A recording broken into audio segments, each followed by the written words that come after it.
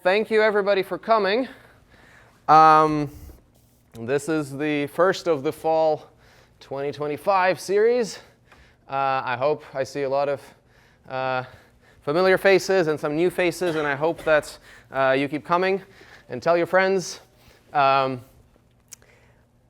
So the topic today is this playfully named physics of everything, ambition, failures, and successes of interdisciplinary science. There's increasingly a lot of that on campus. Everybody talks about interdisciplinarity, so I thought it could be interesting to talk about that. So I'll start with, this is just a screenshot of a title of a paper written by a physicist. Neurons with graded response have collective computational properties like those of two-state neurons. Keywords: associative memory, neural networks, stability, action potentials, which sounds like neuroscience. This is written by a physicist. And so one question is, what business do physicists have thinking about that kind of stuff and working on that kind of stuff? And also, why does it go mostly one way? Because neuroscientists don't seem to have pet projects on quantum mechanics, but physicists do all sorts of stuff. So is there something genuinely special about physics that somehow ports well across disciplinary boundaries? Or is it that as a physicist, once you understood the Schrödinger equation, then you feel like, oh my God, now I'm the king of the world, now I can barge into other disciplines and tell people how to do their job, right? Which one kind of is it? So this paper is actually from a person who worked a lot on specifically associative memory, was reasonably successful at it. Anybody have a guess who the author of this paper? Shannon might have been a good guess. Shannon was kind of closer to on the theory side. This is John Hopfield, who was the Nobel Prize in Physics very recently. So for very much this work, well, not this specific paper, another paper, but another paper had learning and physical systems in the title, so I didn't put that one. That seemed more like physics. So I think this question, can physicists contribute to other disciplines, and what can they contribute, comes down to this question of what is physics, in some sense, right? So how can we interpret what is physics? There's a kind of range of possible answers. One is, broad springs, atoms. I will formalize this by saying that physics is the content of the physics textbooks. Okay? So what you learn, mechanics, electromagnetism, quantum mechanics, they all have table of contents, and that is physics. And clearly, if that is the definition, that is what physics is, then physicists have no business working on neuroscience or linguistics or any sorts of other things. That's not in this list, right? Now, one could also go to the other extreme and say that everything is actually physics. This is, there's this cartoon that I really like. I worry it'll be a little small for many of you to read, but I'll read it aloud. So, this is XKCD for those who know. It's a kind of pretty popular cartoon kind of strip among scientists. So there's sociologists and there's psychologists who say sociology is just applied psychology. And then there are biologists who say psychology is just applied biology. And then there are chemists who say biology is just applied chemistry. And finally, there's physicists who say, which is just applied physics. It's nice to be on top. I cut off this cartoon because in the original, there's also over there a mathematician who says, oh, hey, I didn't see you guys all the way over there. And this is like fields arranged by purity. So, under this definition, everything is physics. So yeah, we can think about everything. And that is obviously silly, right? Because, okay, a living cell is made of electrons and protons, sure, but just because you know how an electron interacts with a proton doesn't mean this has nothing to do with the biology of how the cell works, right? Okay, so this is obviously kind of the other extreme. So what is some more maybe sensible middle ground view? Am I still reasonably audible? Okay, thank you. So there's a sort of middle ground definition. There's this quote that has been attributed to pretty much everybody, but internet seems to agree that the person who sort of articulated this most concretely was a historian, last name of Kevlis, which is that physics is what physicists do. Okay, let me try to be a little bit more concrete about that. So I'll give you my sort of definition of physics, which is that for me, it's not the content of the textbooks, but it is the method of the textbooks. So it is a particular way of quantitative thinking about the world, which we'll learn in a physics curriculum from the examples of those textbooks, right? But then there are lots of places in the world where you can apply this kind of quantitative thinking. And what is this method? Well, it's about getting good data, good quantitative data, and then using mathematics to think about that data in a way that where our intuition is limiting, but our mathematical tools can let us go beyond the limits of the intuition. And if phrased that way, then maybe it's at least plausible that this can apply to things that are not, nominally physics by some definition of, it's not in the physics section of a bookstore. Yeah? But of course, it stays complicated. So trying to straddle disciplines is a interesting place to be, and there are many ways of getting it right or wrong, and so that's kind of what I'm trying to add some examples into this talk. So our series this year, this fall series, the theme is interdisciplinarity and the unity of science. So as you know, probably, Mike Ogilvy, who was running this series for many, many years, he retired. So he's not abandoning us. I think we'll still see a lot of him, and hopefully also in this room. He's been giving a lot of these talks, and I very much hope that we can continue having him with us for that. But with his retirement, he sort of had to pass on the organization of the series to somebody, so that fell on me. So I'm now putting this together and, knocking on the doors of speakers and trying to assemble this. These are some big shoes to fill, so I'll do my best, but bear with me. But one of the things we're doing this year is to try and broaden this a little bit, both in terms of the audience. So I'm encouraging our speakers to include things that maybe could even interest some of the high school audience or something. So we're trying to branch out there if possible, but we'll see. But also, the title of the series is Saturday Science, not just Saturday Physics. And so we will be tapping a little bit more of our colleagues in other departments to sort of also come join us and share their perspective. So in this vein, today this is kind of an inaugural, as by way of introduction, this is my topic of interdisciplinarity. And I want to talk about this whole ambition of interdisciplinarity, right? Some cautionary tales about some failures, but also some examples of genuine successes, and maybe what it means to think like a physicist. Okay, that was my introduction. And now, as we're getting to the meat, first, let's be honest, physicists can be an arrogant bunch, right? This is our sort of role model, right? Archimedes, give me a place to stand, and I'll, turn over the earth, and I'll move the earth.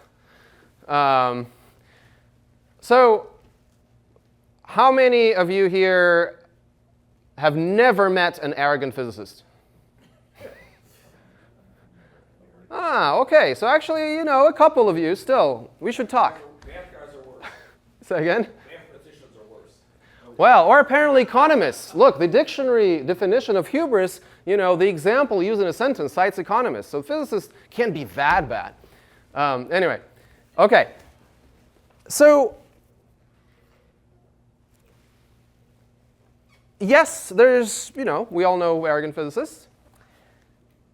But some of this kind of pride is maybe justified a little bit because physics has been pretty incredibly successful at describing the world. So this is a slide that I show at the introduction of my, when I teach introductory mechanics to the freshmen who that's their first physics class at WashU.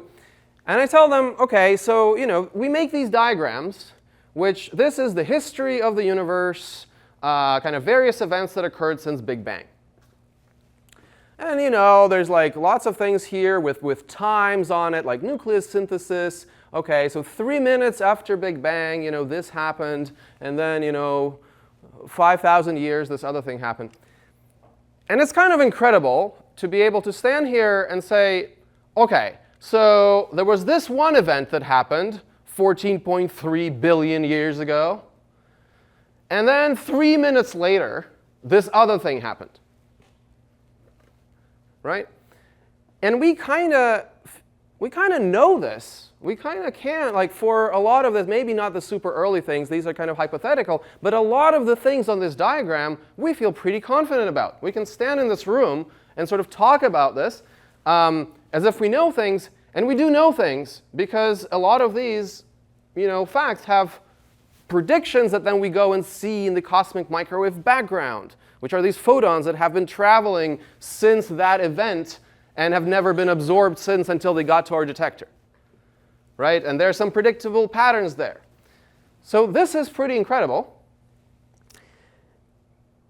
And so I think it's only natural, in some sense, to say, well, whatever it was that made physics, that enabled the success in physics, certain questions, let's try and identify what that was, and let's try and port this to other subjects as well. Right? It's a kind of very noble desire, in some sense. So that's the ambition, and the question I'm proposing is, when is this ambition productive, and when is it naive, or maybe even harmful? Can we go through some examples of that? All right, so here's my classification to sort of get us going, modes of interdisciplinary research. There are at least two ways how things can be organized. One is a physicist builds a tool, some very fancy microscope, that then a doctor uses to better understand a disease. And alternatively, a physicist in their lab does experiments and build models to understand the disease. This is the AI perspective on that.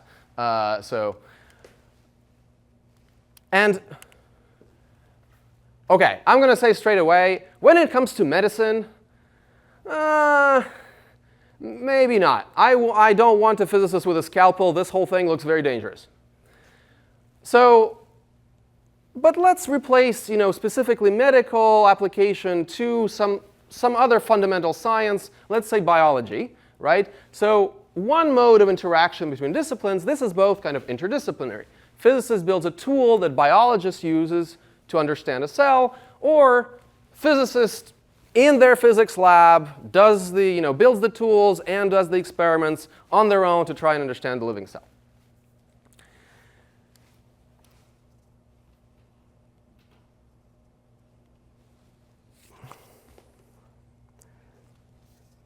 Okay, and naively, I could kind of end my talk here and say, well, look, this is called collaboration, this is called arrogance, this is good, this is bad, we're done. But I want to add a little bit of nuance to this. So physicists are pretty good at building tools. And so it's completely uncontroversial and widely accepted that this way of interdisciplinarity is and has been incredibly productive. So I just threw a couple examples on this more in the medical context, but like MRI came from just physicists thinking about nuclear spins and some matter, which is extremely abstract, completely pointless. Oh, except now it completely transformed how we do medical imaging, right? And this is, so lasers famously for a while were called solution looking for a problem, because it was a very cool sort of physics toy, like coherent source of light that wouldn't it was very fun, but again, what's the point? And point arrived. There are lots of points now. There are lots of uses for lasers. So this is like LASIK surgery for nearsightedness, but also CDs, also all sorts of electronics, right? OK. So this is very clear that there's a lot of good stuff that can happen there. And so for my talk today, I want to focus on this side. So is that ever a good thing? Can that ever be productive? And what's the point? Why would a physicist sort of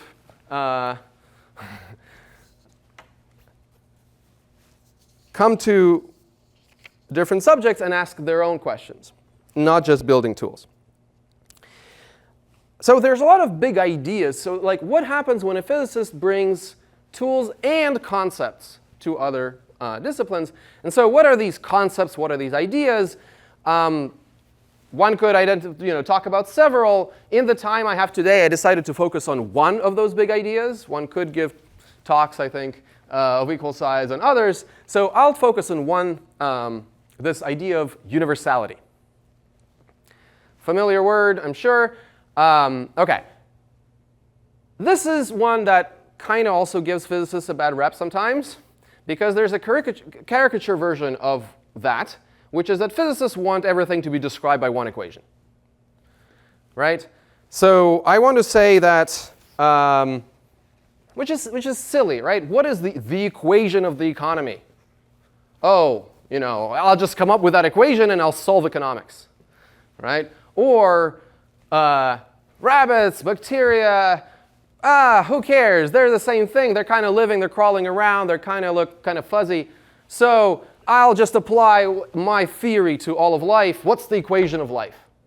And there is no equation of life, right? But that's not what universality actually is or means. So I think universality is this idea that you don't need to know everything to predict something. And so there's some details at the microscopic scale that may not entirely matter for certain predictions, right?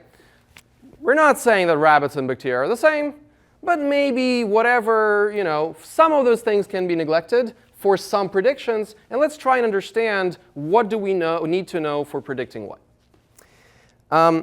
So there's lots of, so here's an example. I go and collect a bunch of rods of different materials, and they are all microscopically very different. And in fact, some of the properties are very different. Some actually are conductors, some are isolators. But let's imagine that I want to push on it and see how hard it is to compress their length or stretch their length. And I'll discover that actually, kind of no matter what the material is, the force is proportional to the change of length. This is very familiar, but if you think about it, it's kind of remarkable. Because, microscopically, if this is a rod made of iron, it is, if I zoom in, it is one world. And if it's, let's say, made of glass, it's a completely different world. In fact, glass is an extremely complicated material. This is from some recent paper in Science, where they, understood the structure of the glass kind of like atom by atom, and this is the actual image, and this is kind of the visual aid to understand what you're seeing here, and this is transition between some regimes. This is incredibly complicated, but if I just want to compress it, it's just force is proportional to change of length. Yeah. What about the butterfly effect? Ah, yes, butterfly effect. Yes, so not details. Some details may not matter, and other details can matter a lot, and that's part of our job as scientists to figure out which is which. Totally. I'll actually come to some of the more chaotic systems in a bit. Yeah. What about, they've seen some objects from the Webb telescope that were galaxies existed way before they were supposed to exist. That kind of screws up a lot of stuff, right? Great question. I'm the wrong person to ask that. But we have absolute experts in this building who I'm sure would be able to give you a much more informed answer. I literally have no idea what to tell you.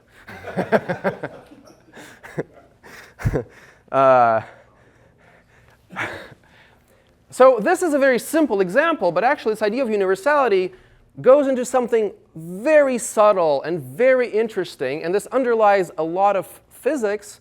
So let me give you kind of a taste of this idea of universality near phase transitions. So again, the idea is that for some macroscopic predictions, some microscopic details don't matter as much. So turns out that water boiling and magnet losing its magnetism are described by the exact same mathematical law. And when I say exact same, I don't mean kind of hand-wavingly similar or kind of in the same class, but kind of literally the same mathematics. So, if I am getting close to water gas transition, I'm heating my sample until at some point it boils, I can look at fluctuations of density, because water is more dense than vapor, right? So that's a nice kind of readout, and plot how that behaves with temperature as I change temperature close to this point of transition. And it turns out experimentally that,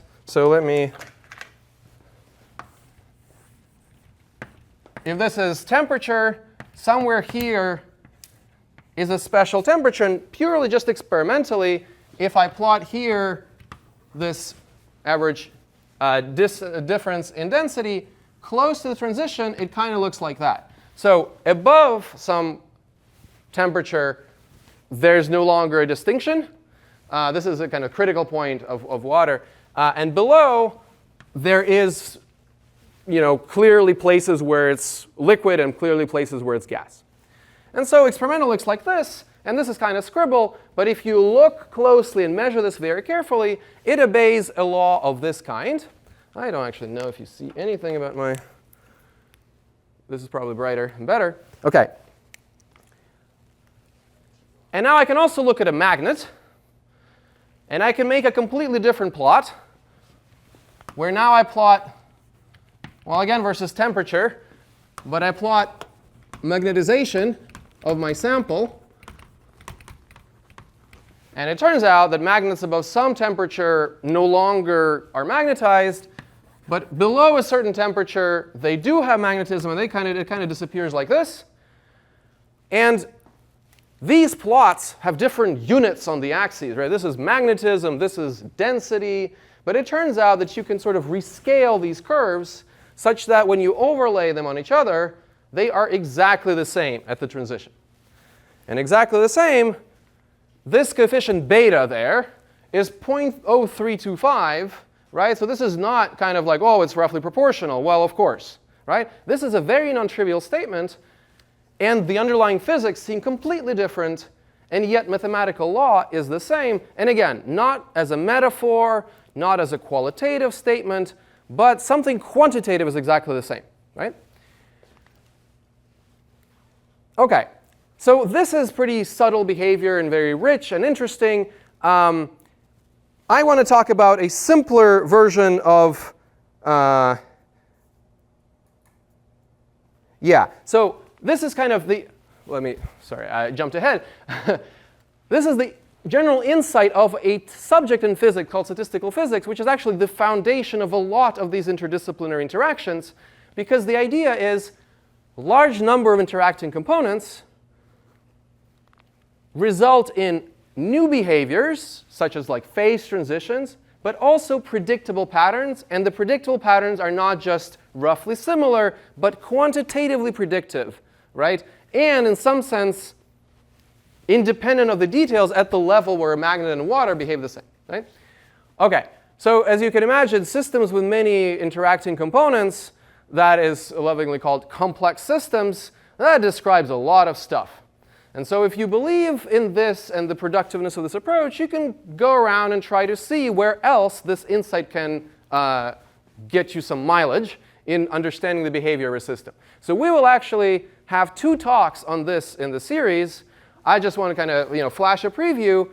I don't want to steal their thunder, but we'll have a talk from Keith next Saturday, who will talk about how this very idea of criticality being close to a phase transition, how that might actually apply to thinking about our brain.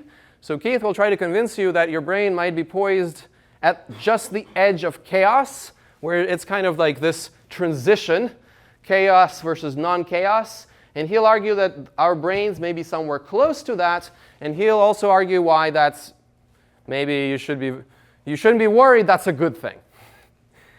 We'll also have a talk from Trevor Grandpré, who is the new faculty member of the department, and again about phase transitions. So like a cloud, for example. Cloud is a collection of droplets of water and these droplets can evaporate or they can condense, let clouds form and disappear. So it turns out people discovered recently that a lot of organelles in cells, the traditional biological view of that is an organelle is a certain kind of like we have organs, heart, lung, cells have organelles, and they are, special structures that are, carefully engineered by the cell. They're surrounded by membranes, and inside, mitochondrion or nucleus, we all know that, those examples.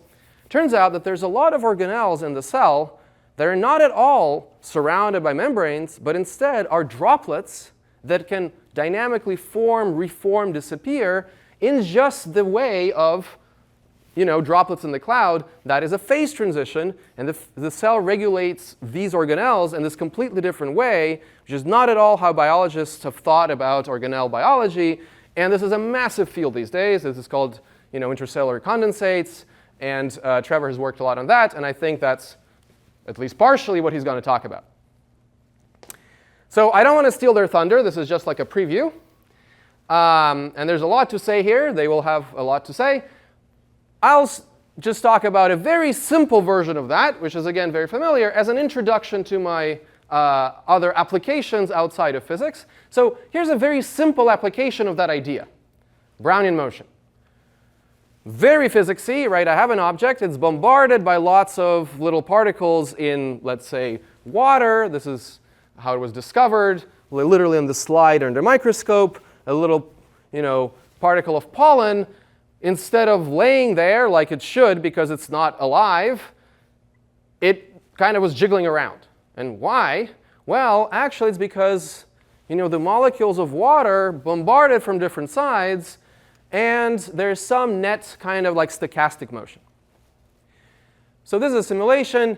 If you run the simulation, you get trajectories that look kind of like that, which are very stochastic, very unpredictable, right? Very kind of weird. And this is the same thing in 1 dimension. So here it's kind of walking around in 2 dimensions, just like in the simulation. Here, this is, let's say I have some process that's randomly moving up and down as a function of time. This is called a 1D random walk. OK, so these are all very stochastic, very random. But they are predictable as an ensemble of these trajectories. Some properties of this are very predictable. So this is actually some data from people observing. This is some fancy paper, like nanomotors, grabbing at things and moving them around. So this is kind of biological things that are grabbing onto a cargo, moving in some direction and releasing it. Then another motor grabs on it. Well, overall, that looks a lot like a random walk. And every single trajectory here is very different. But so if you measure how far did the particle travel from where it started, Turns out that that is very predictable. It is just its square grows linearly with time. And if you average over a bunch of trajectories, the ensemble matches that prediction very well. Something is very predictable, right? So there's kind of this interplay between microscopically very random, but some things nevertheless are predictable. OK, that's a very simple example. That's why I use it, to highlight that this is absolutely not magic, but something we very well know.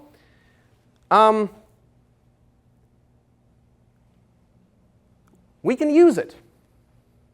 Now, where can we use it? Oh, yeah, by the way, well, I was hoping there would be some kids in the audience, and then you can do this at home. You can, like what this means is, for example, something like spread of heat in an object is very predictable by very simple theory. You heat, this rod with a candle. You stuck a bunch of, paper clips on this with wax, and they will fall in this order, but not just in that order. So there are two already who are fallen, and because as the rod heats, the wax melts and they fall. Okay? So this is a very simple experiment to do at home. Qualitatively, these will fall first and those will fall next. But it's not just qualitative. You can make actual quantitative prediction. You can sit there with a clock, stopwatch, and measure when they fall. And it is, you just made a prediction. This prediction will be verified. But if you think about it for a second, microscopically, how crazy complex the process is, what heat is, it's all these molecules bombarding each other, right? Crazy. We don't think about it very much. OK. So yes, we can use it. Let me give you some examples. So one question. I showed you two examples of random walk in one dimension on the previous slides. Now, why did I do that? One example would have been perfectly enough. Well, that's because this is indeed a simulation of a 1D random walk. But this is not. This is actually the exchange rate between dollar and euro over 4,000 days. I'm not actually sure where I took it from. I don't remember exactly which period. So somewhere in the 90s, physicists looked at stock prices and said, hey, you know what? That looks a lot like random walks to me. That's all the stochastic processes. I have theories for that. Maybe I can apply my theory to think about the market. So this is actually, at this point, a well-developed field called econophysics. There are textbooks on it. This is Cambridge University Press. They don't publish fringe things. There's this ambitious paper in Physics Today. Is economics the new physical science? Right? OK. So this definitely veers on the will come and solve economics. But economists mocked physicists a bunch for these attempts, and then quietly adopted a lot of the methods. And actually, for a while, one of the dominant career paths for a graduate of theoretical physics program was to go and work with a hedge fund. Like, you're there. Well, of course, your dream is to sit in a small office and think about, string theory. But if you fail at that, because there are only like 3 positions a year, if you fail at that, then you'll have to sort of swallow your pride and go, to Wall Street and earn a lot of money. That was sort of the culture of the graduate school in theoretical physics. Now, here's another place where similar ideas were applied very productively. So population genetics is the study of evolution in a quantitative way. And somebody who's extremely influential was, some people refer to him as the most influential, population geneticist, Kimura. Their insight was to apply actually diffusion equations, pretty much that very math of like this rod, and the paper clips falling, to understand the dynamics of what's called allele frequencies. So what is that? Well, in the study of evolution, what happens is you get mutations.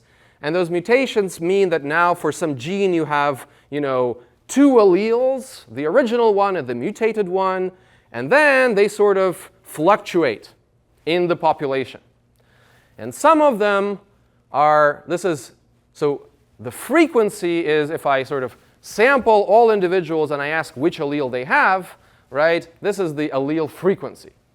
So if a new mutation arises that is somehow very beneficial for the organism, it will sort of sweep like that. So this is a mutation under selection, under strong selection. So it just was barely arose, and now it's 100% of your population very quickly. But there are other alleles that are neutral. They don't confer a strong effect, but they kind of bounce up and down through very much random walks. And this probability of neutral alleles, deleterious alleles, beneficial alleles to sort of propagate in the population, Kimura developed a quantitative theory of that based very much on these ideas. So this is not just simulation. These are actual data about we can watch evolution happen in yeast or E. coli in the lab. So these data are actually from this bacterium called E. coli. And these little traces these are actual data from noticing new mutations appear, disappear. And you see that they look like these simulations. Some just sweep, then the others that bounce up and down.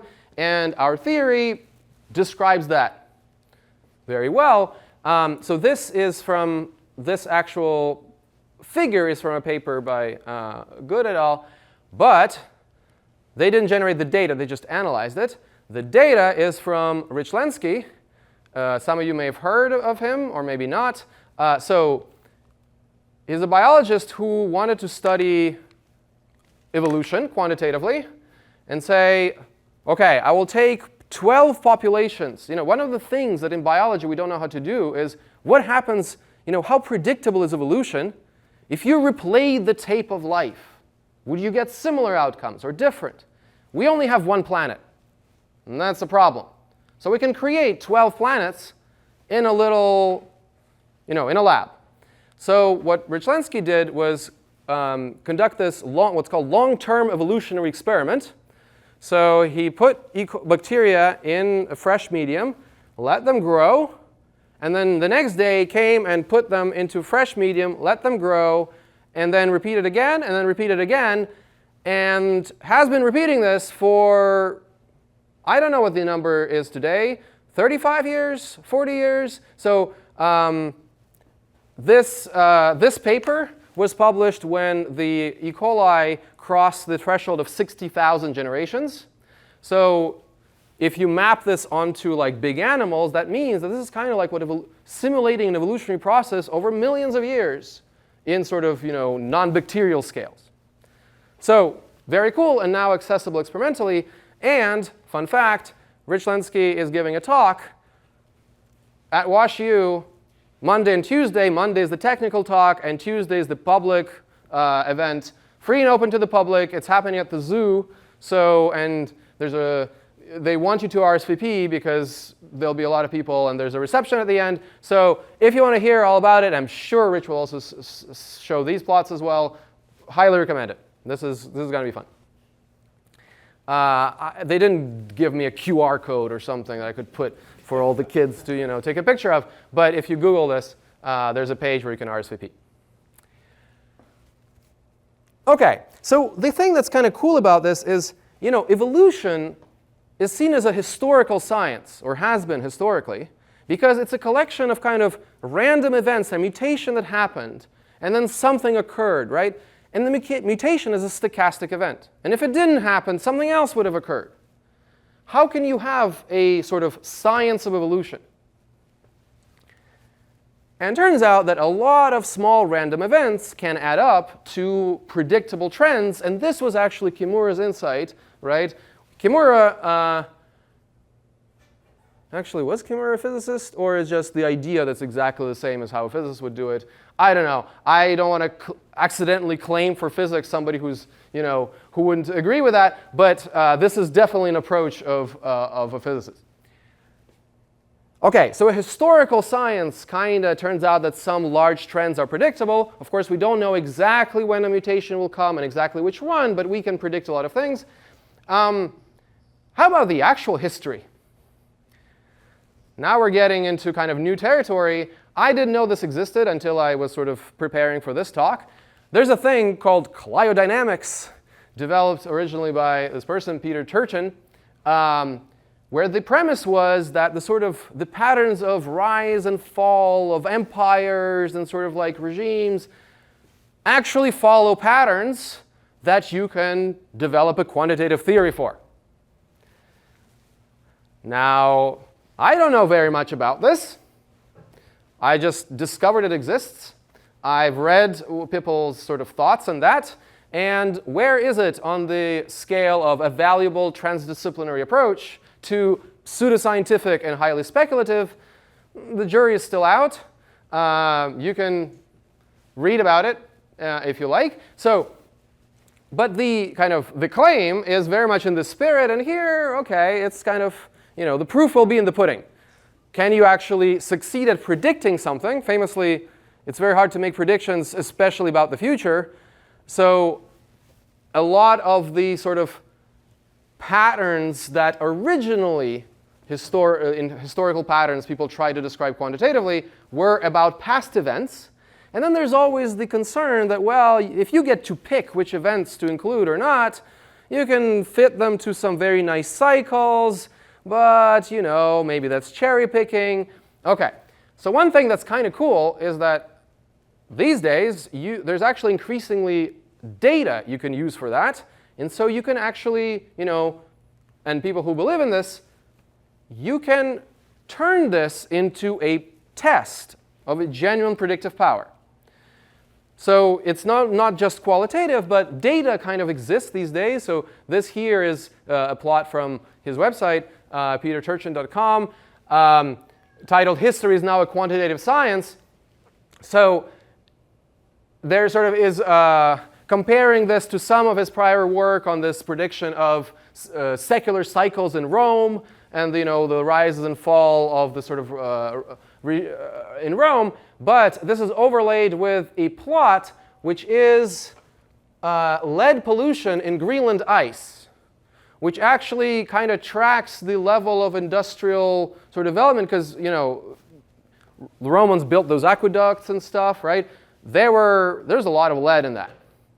So lead pollution was strongly associated with this kind of rise of industrial prowess, and so that's what they're trying to do. Yes? A better correlation is the decline of the soil. The what of the soil? The decline of the soil fertility being overused. Yeah. So that's another one, and that's also potentially, can be quantitative. So yes. So I don't know to what extent the predictions exist and have been verified or whatever, but that is an ambition that some people harbor. I'm less aware of kind of big successes of this discipline, but, it's interesting that it exists. I wouldn't necessarily, I'm a little skeptical. But it's an approach, and importantly, this is not an approach that you just have to believe in or not believe in. If you make it a quantitative science, you can make your science make predictions, and then they are either verified or not, right? And then you can reject your theory or support your theory. Related, there are similar kinds of efforts borrowing the same ideas to things like modeling opinion spread and like voting patterns. These models are, of course, often very simplistic. Usually the way it kind of works is, well, each person is a binary state, so you're a Republican or Democrat or something like that, and if your neighbor is Republican, you have a certain probability to flip your views. That's the kind of models which are, very not great models. But also some insights at some broad scale, the effects of sort of, being, the echo chamber effect or things like that. This science is very active, and actually, especially these days, again, there's this question of data, right? You can reason about things in abstract, and it's very sterile until you get access to data. And so one reason why this is kind of a big deal in some places is that with the rise of social media, right, there's now a lot of data of who's friends with whom, who talks to whom, what are their views, what are their opinions. And actually, a lot of that, academic circles are, skeptical, but a lot of that is happening in companies or behind closed doors in think tanks, you can be sure that this is going on. And whatever, we'll see what they come up with. Okay. So I want to also, speak of universality.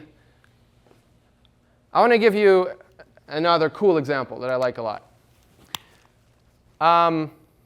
So this is a faucet. And if you open it a little bit, it will drip. And I think maybe they used to have a sink here or something. I was sort of hoping we could do a demo. I'm a theorist, okay? So my demo is I open it a little bit and it does indeed drip. So we can all imagine that. So imagine I do the following experiment. And again, you can totally do it at home or sort of, suggest to your excitable high school level person in your life to sort of look into this. So let's say I open it a little bit and I let it drip, and I measure the time between each drop to the next one. Okay? So you can, obviously, not a very good idea to just like sit there with your clock, but you can set up a thing maybe with an iPhone and a camera or something. Anyway. And now I will change the flow and increase the flow and wonder what kind of what that timing pattern would look like. So actually, forget first increasing the flow.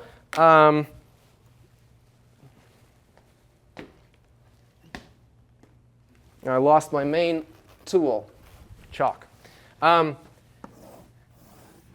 here will be my flow rate. But for now, forget changing this. I opened the valve at some amount, and I'm watching it go drip, drip, drip, drip.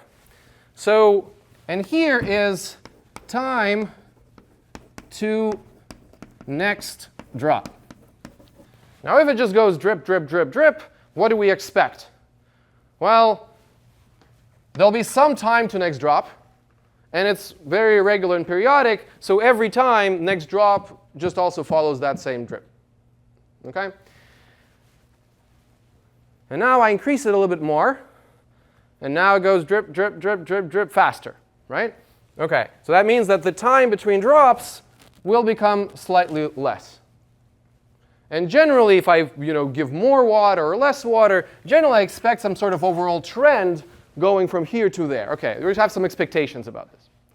But actually, if you watch closely, you open it a little more, and it goes da-dup, da-dup, da-dup, da-dup.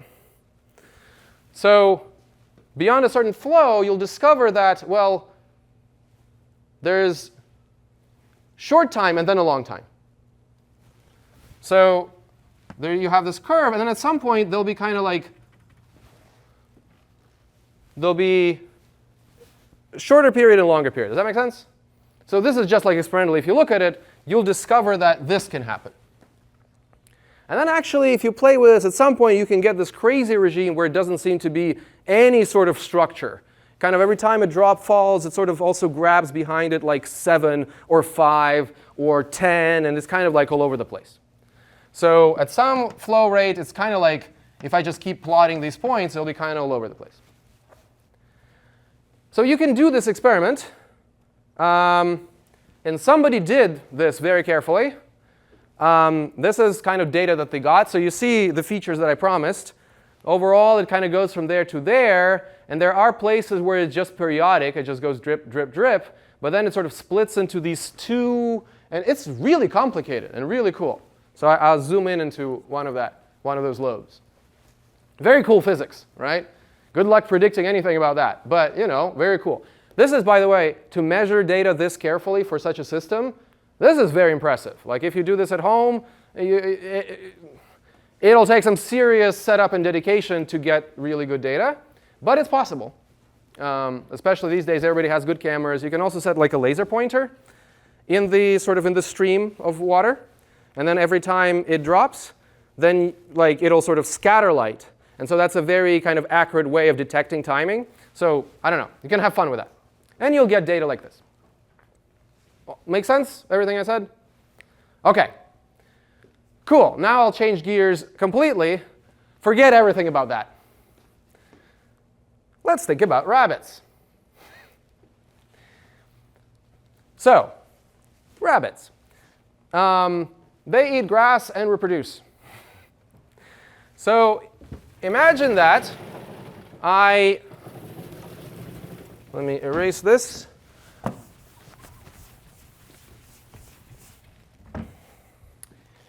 Let's say I'm trying to model rabbits quantitatively. I go out and I count all the rabbits, and then I want to know how many of them I'll see in a year. So let's say, how do I, n is number of rabbits. OK, I'm a physicist, so what do I know about rabbits? Rabbits reproduce like rabbits, a lot. So if I had n rabbits 1 year, maybe next year I'll have r times n, where r is, I don't know, let's say r is 2, right? Each rabbit now has 2 little rabbits, and then, OK. Now if this were my sort of law of rabbit dynamics, rabbits would just explode, right? And then like in a year, in a decade, there would be nothing on Earth but rabbits. So that's clearly not a very good model. So when rabbits become too numerous, they just don't have anything to eat, right? So there's some upper limit on how many rabbits I could possibly have. And if I'm getting close to that limit, just because I can reproduce, they won't survive, right? So let's say that there's some upper limit, and if I am too close to that, so OK, maybe n. OK, so I said n is number of rabbits. So let's say that this is some big number, some constant. This constant is called carrying capacity. So if I had this many rabbits, then next year they would just all die because there's not enough food. Does that make sense? This is a very simple model of thinking about rabbits. We good? Any questions? Cool. So now I will, every physics talk should have a demo. So, and again, I'm a theorist, so this is my demo. I have this equation, and I can iterate it and think what's going to happen to the number of rabbits. So you can do this also, on a calculator, but I have a fancy calculator that can sort of just makes it a little easier. Let's see if I can. OK, I guess that's. So I need this parameter r, and let's set it to something. I don't know, 2.5. And now I have my number of rabbits, which I call n. And I'll set it initially. Let's say that I have, how many rabbits? 100 rabbits. And now I have a rule where n becomes r times n times carrying capacity, which, I don't know, let's say I can max have 1,000 rabbits, 1,000 minus n. OK, so next year I have, wait, what is that? Ooh, that seems bad. OK, so I confuse myself because I'm more used to thinking about this in terms of fractions. So just so we don't debug it live, let's say that x is the fraction of the maximum number of rabbits. I don't want to deal with complicated numbers. OK, so we will delete this. So r is 2.5. Actually, let's start with some low r, 0.8. And then x, my initial fraction of rabbits, 0.2. And then x becomes r times x times 1 minus x. OK. 0.12, 0.8, 0.6, 0.5, 0.4. OK, if rabbits don't reproduce enough, they just die. That kind of makes sense. That's very sad. But if they're not growing fast enough, they just go to 0. OK, let's say that they grow faster. Let's say r is 2.5. And my initial rabbits is 0.1 again. 0.2, 0.4, 0.6, 0.6, 0.6, 0.6. Aha. So I'm making this plot. What is the fraction of maximum number of rabbits I can get as a function of this growth rate? If growth rate is too low, I just get 0. OK. Now I tried a value here about 2.5, and it kind of stabilized around 0.6. OK. Now let me take a larger number, 3.3, for example. R equal 3.3. Start from 0.1, iterate. 0.3, 0.68, 0.7, 0.68, 0.7. OK, so it seems like 0.75, 0.63, 0.77, 0.8, 0.5, 0.8, 0.5, 0.8, 0.5. Huh. I thought briefly that it stabilized. Actually, it didn't. 3.3, I get 0.5 or 0.8. So what do I do? What do I get if I just do this experiment numerically? Well, this is the curve you get. Some of you know this. So if it's below 1, you just get the rabbits go extinct. Above 1, for a while, there's one stable point for the rabbits. And then this is the example we saw here, was oscillating between 2. And then as you go, there's this crazy stuff happening. And at some point, it just goes completely out of whack. And it's just completely chaotic. And in fact, I can zoom into this picture. It's really pretty and really cool. And now one thing I want to point out is this was the highlight from the dripping faucet part. Now, it's kind of interesting that they kind of look somewhat similar, right? It was always the same, and then it split into 2. And then if you look closely, it kind of looks like it splits again. And then it becomes completely crazy. But it doesn't stay completely crazy. Then there is a moment where it's again kind of periodic. Here, look, there's a period of 3. 1, 2, 3, and then again. And then again, it's a crazy thing. And we see similar things here. It splits, and then it splits again, right? And then it's crazy, and then there's a new sort of periodicity there. Now, reminder, this was hydrodynamics of water coming out of faucet. This is, I simulated my stupid model of rabbits, right? Needless to say, there's no connection between the sort of underlying details of these dynamics. And yet something looks similar. But wait, we're not in the business of making qualitative pronouncements. OK, that looks similar. And this also looks kind of similar to a Rorschach test or whatever. So I can't be just there. But it turns out that you can quantitatively, there are features of this that are exactly matching. So this sort of thing here, it's called a period doubling cascade. Initially, there was just one period, and then it became period 2, and then period 4, and then period 8.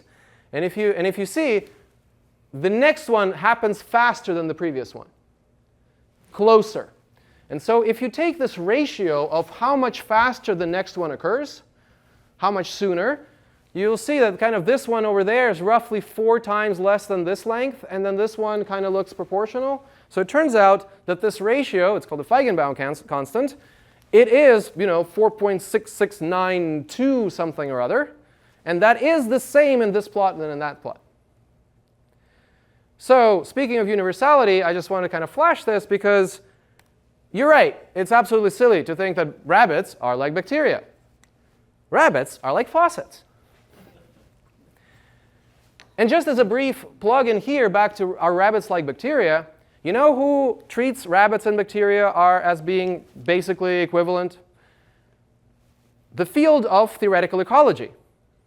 People who think about dynamics of ecosystems kind of by their job, there are populations, and populations grow and reproduce and die. And in a lot of those formalisms, rabbits and bacteria are treated the same way. And actually, this is a place where physicists come in and say, oh, by the way, you know what? All of our intuition about ecology and evolution was shaped by looking at rabbits. And this is a different scale.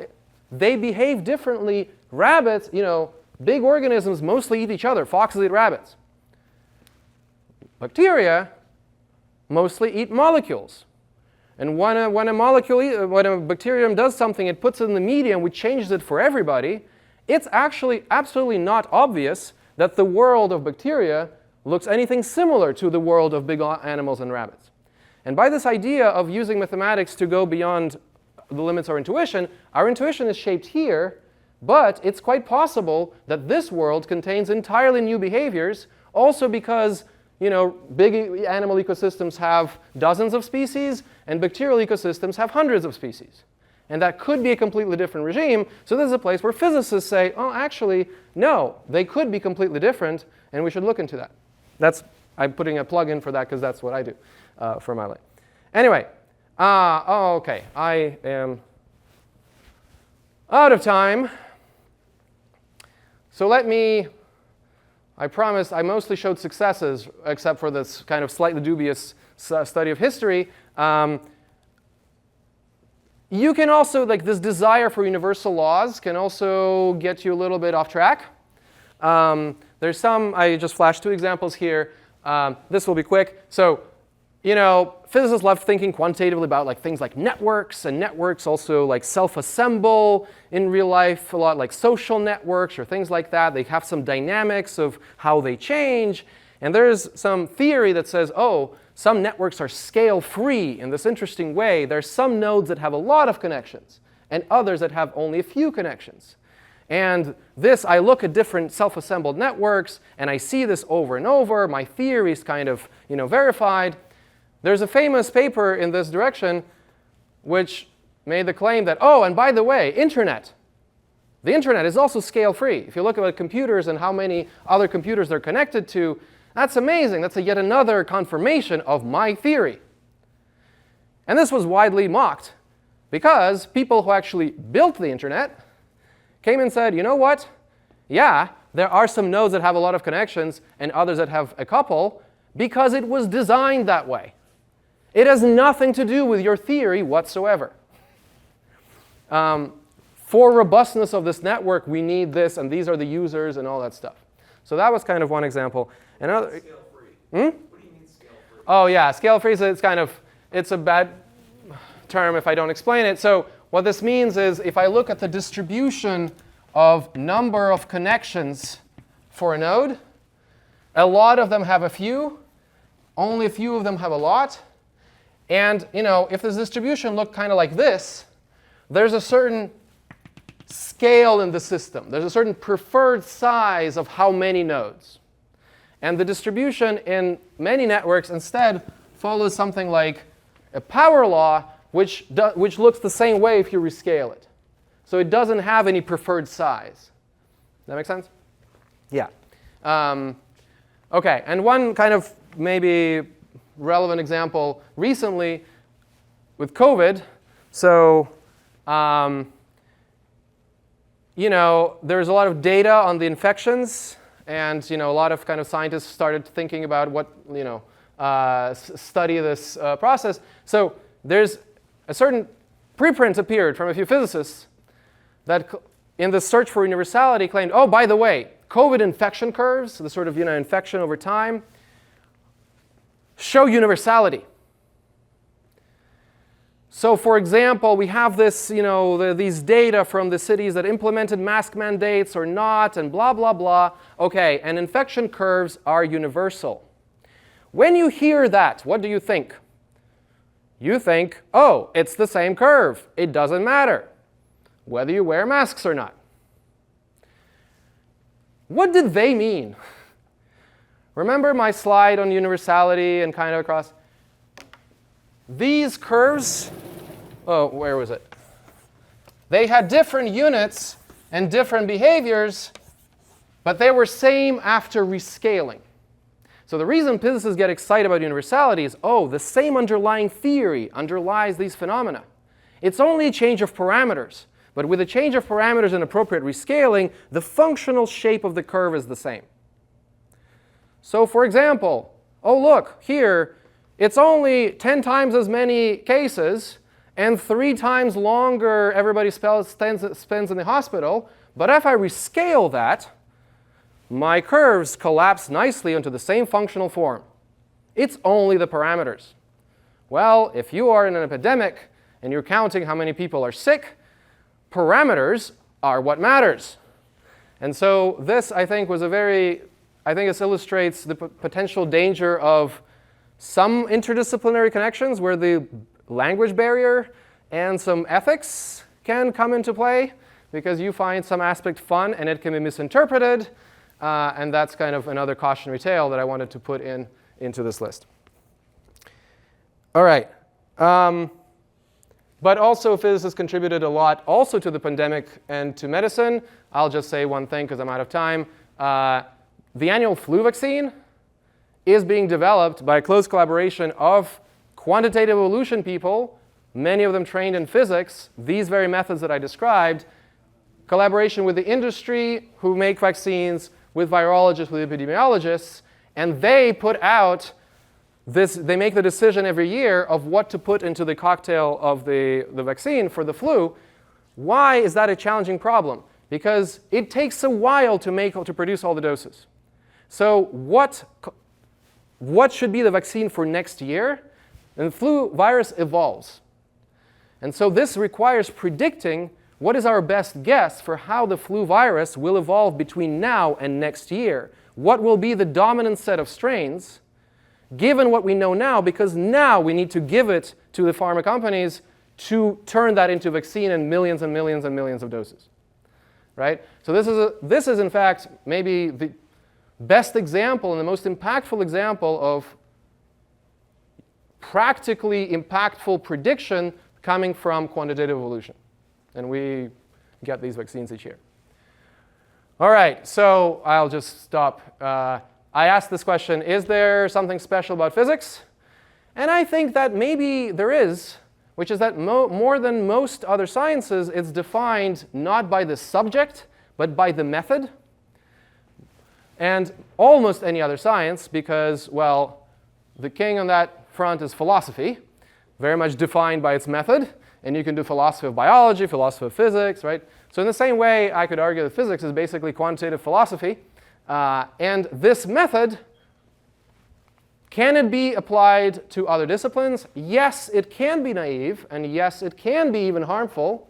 I wanted to make sure that I put in one of those examples. But it can also be very productive. And what's the sort of key for this productivity? Well, collaboration with the domain experts and respect. But as a one final thought, what does collaboration mean? Because collaboration is when both sides get to contribute questions. So when I started from this slide that there's one regime where physicists build the tools, but biologists get to ask their questions. And I said, oh, this is collaboration and this is arrogance. This is not really collaboration. This is kind of a service role. I build the tools for you to ask your questions. But part of what physics methodology is, it's a particular way of asking questions, which has its value and its productivity. And so the sort of true middle ground, which is what we're striving for, and I'm happy to say there's a lot of this on this campus, which is why it's a very exciting place to be, is when physicists collaborate with local kind of domain experts in these disciplines, but contribute both tools and questions, their way of asking them and approaching them. So that's our speakers of the series will, I hope, be great illustrations of that. And thank you very much. And I'm sorry I'm over time. I sort of didn't think I had enough to fill an hour.